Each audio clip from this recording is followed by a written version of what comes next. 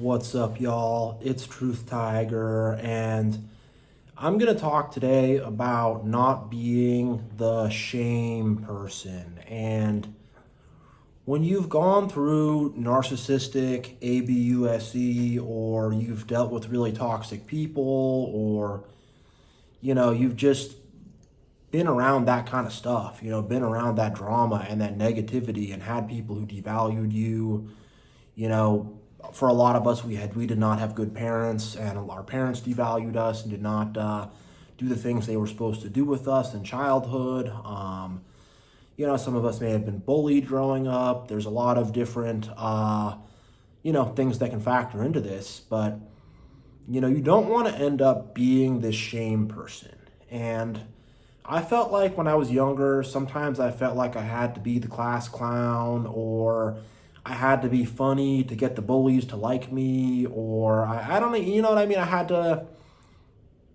felt like I had to be like silly and stuff like that, and people didn't respect me and didn't take me serious. And I've seen a lot of other people take this on. I mean, this is a very common thing where people feel like they have to be the clown or the funny guy or the overly dramatic guy or the ridiculous guy or whatever, because they think that's the only way that people will like them and that people will accept them, and that you sort of have to play this goofy kind of silly role.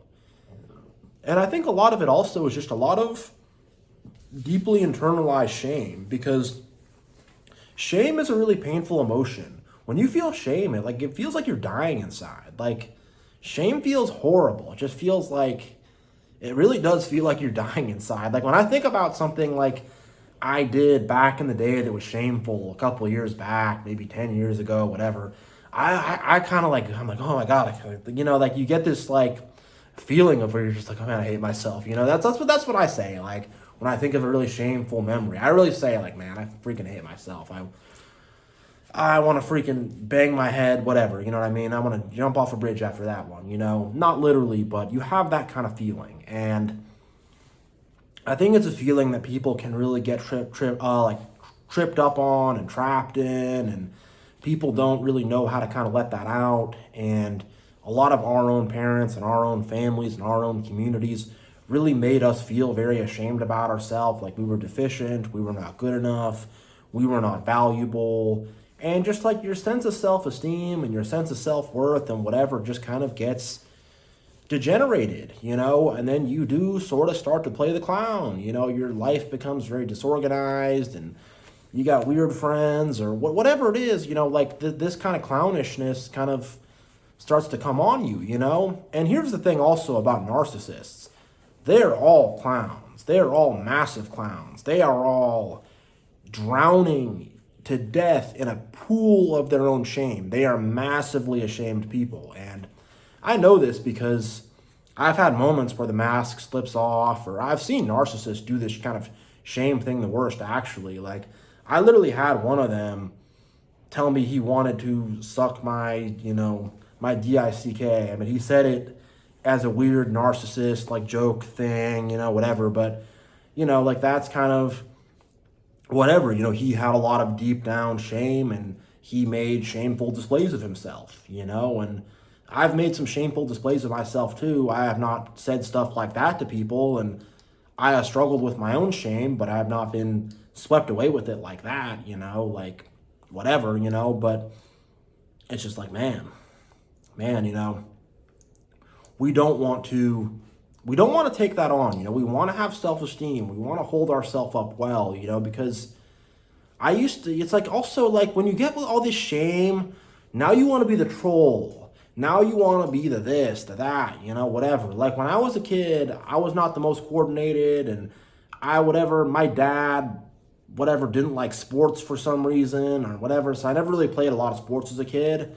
So when other kids would play basketball, I would take a ball. When they went to shoot, I would throw my ball at their ball to knock their ball out of the air, and just like start to do stuff like that, like because I didn't fit in and I didn't like who I was and whatever. Like, this is me as a very little kid, like, 7 years old or something, but it's like at that early of an age, it starts to take on that kind of stuff. And, you become that shame person, it's like now you want to be a troll, and now you want to mess with people, and now you're trying to like whatever. Now you want to see if you can put your stick in their spokes, and so to speak. And I think a lot of people in society are really carrying themselves around as that shame person. And I would say there's probably three ways this will manifest. Either you have to play the clown, you have to be this big funny guy, silly guy, dramatic guy, entertaining guy, whatever, this big class clown. You're making fun of people, and you're also making fun of yourself too, though. That kind of person who just needs to be big Mr. Funny. They'll whatever, give some kid a wedgie, but then they'll pour a thing of milk on their head too, and just any way to kind of get attention. It doesn't matter if I humiliate myself, I humiliate someone else, whatever, that kind of person that just, I gotta get attention. Or it could be someone you want to just troll people, and you want to troll things and make fun of people, and you're always trying to poke holes in things and poke holes in people, and it can manifest in that, and I think the third way it can manifest also is just being a freaking doormat and not standing up for yourself, and we got a lot of people that are just doormats, and they will not stand up for themselves. They won't speak up for themselves. They won't, do the things they have to do for themselves, and they'll let people push them around. And, with that kind of person, it's like the psychology of that type of person is actually pretty interesting. It's not as simple as you might think. I think with those kind of people, it's like they think that because they have so much shame, they think that they deep down deserve to be treated bad by somebody else. I think that's probably it. I think that's probably the psychology of somebody like that. But you don't want to hold on to shame, because something shameful will manifest. And a lot of the reasons why the narcissist did us so bad and did us so dirty and did such evil to us is because they had a big shame monster locked in their basement, and their shame monster was huge. And because they were so ashamed of themselves, they had to be this weird troll and mess with us, and bring all this drama into our life and be all weird and strange and try to be all egotistical and act all superior and whatever. And the thing about each of these three archetypes that I mentioned, most of them, they're not going to really admit it to themselves. The big, I have to be this big funny guy, silly guy, whatever, always making fun of myself and everybody. That guy's not going to admit that to himself, that he is just some silly clown looking for attention. He's not going to admit that to himself. Same with the troll, who's just trying to make fun of everybody and poke holes in everybody and whatever. Not going to admit it. Same with the doormat. They're not going to admit it to themselves, and because they can't like look at themselves and like face that down, because they're already ashamed of themselves as it is, and they just can't they can't face that, and it turns them into bad people. Because think about some narcissist that's gonna really suck up to their boss above them, really suck up to their teachers, really suck up hard to anyone who is viewed as a quote unquote superior. They have selfish reasons for doing it, but really suck up hard and really, I'm going to get you your coffee, and really allow themselves to be made into a doormat, And then the people below them, or the people they're trying to narc out, now they're trying to turn that person into a doormat, And the same thing is going to manifest with all these different archetypes, The troll person, they're going to end up trolling you, and everything's got to be some way to make fun of you, and I got to find some way to poke holes and find flaws and criticize and whatever, And same with the drama person, with the dramatic clown. They're going to have to go and do all this dramatic stuff and make this big silly clown out of themselves. And, you don't want to be in that circus. You don't want to be a part of that circus, You really don't. And sorry, I'm going to grab a little water, but we can really get inundated by this shame, and this shame will cause us to hurt ourselves.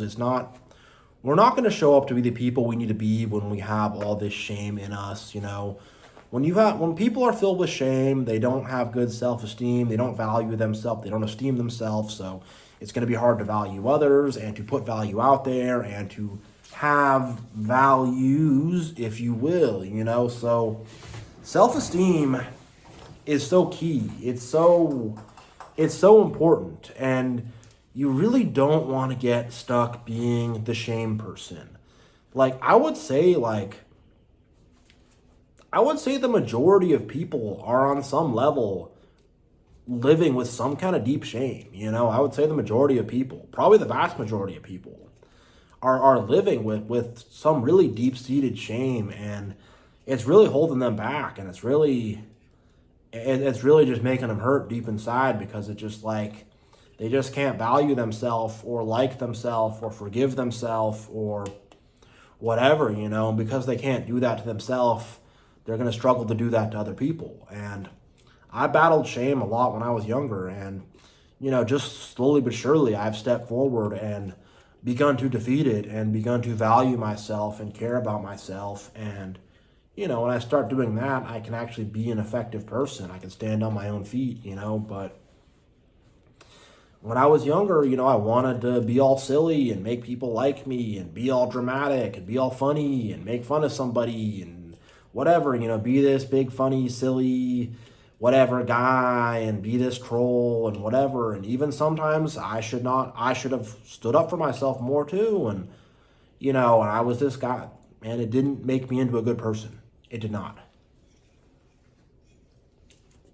And all these narcissists and toxic people and evil people, they have an ocean of this shame, and it's getting bigger and bigger, and it's what fuels them to be so evil, and it's what fuels them to be so nasty, So don't be that shame person. Don't be that clown person. Don't be that, just don't carry that around, because here's the thing also. Well, most narcissists I know, people really look down on them. Other narcissists, their enablers, even their victims, people kind of, I've seen it a lot actually.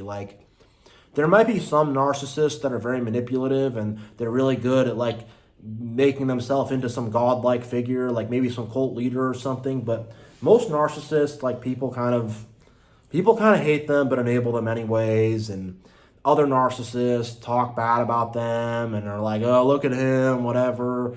Oh, he's doing that, I've seen it, I've been around it, they all kind of hate each other, and they all whatever, they look at that person as a shame person, clown, but they still kind of let the clown boss them around, though, It's kind of like the archetype of, I don't know, Michael Scott from The Office, he's a narcissist, but he's also this very pitiable clown-like figure. He's a good, maybe, The Office is maybe a good show to kind of illustrate the point I'm trying to make. Michael, Dwight, and Andy from The Office, all three of those characters, if you've seen The Office, the US version I'm talking about, if you haven't seen The Office, yeah, I apologize because you might miss this metaphor, but if you have, you'll know what I'm talking about, where, they're people that people kind of deal with the fact that they kind of do lord over people, but at the same time, they're really looked at as very silly. They're looked down upon. People talk bad about them. Everyone thinks they're just a big joke, and you want to be someone who's respected, and you want to be someone who's esteemed and someone who people go, wow, that's someone cool.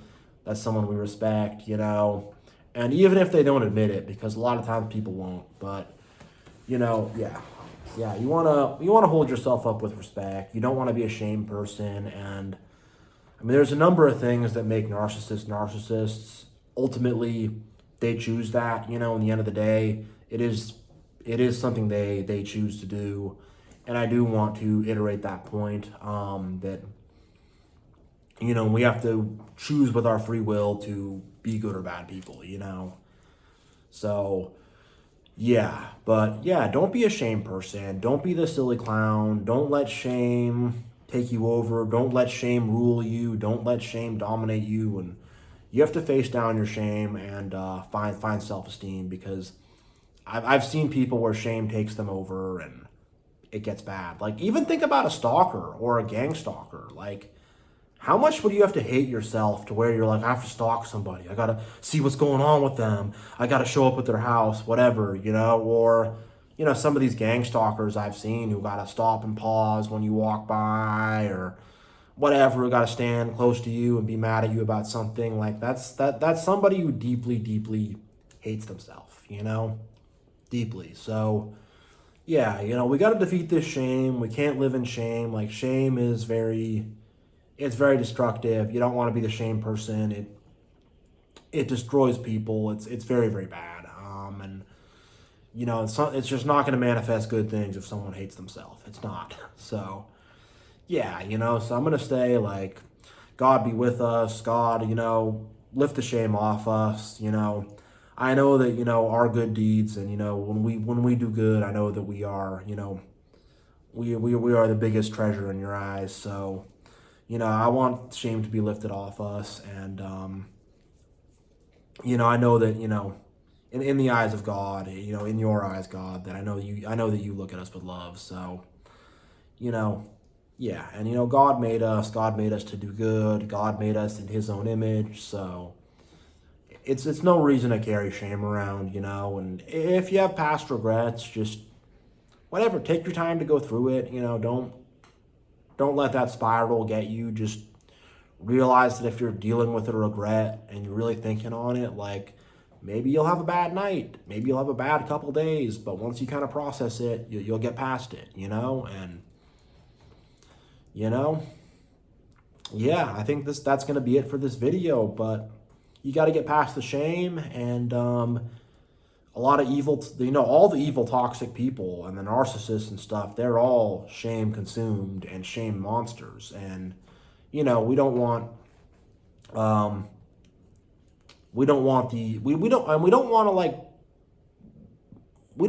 the way they treated us, we don't want that to like be like that's who we are, the way they treated us, all the drama, all the insults, all the arguments, all the BS, like, we don't want to get too stuck in that and to like identify with that and be like, well, that's who I am then. Like, no. You're not that, You're not that, you're your own person, you're fueled by love, moving by truth, moving by knowledge, moving by God, so, you're doing the right movements, so don't just don't get caught up on that. And a lot of the rejection too can make you feel shame, like you don't fit in, you're not good enough, so it's just it's an attack against our spirit, with all the rejection they do and stuff. And just don't let it get to you. And because just don't end up like them, because they are people who are owned by shame. And don't end up like that. You don't want to be ruled over by shame. So yeah, y'all, I'm going to end this video, but thank you all so much. God bless, and I will see you all next time.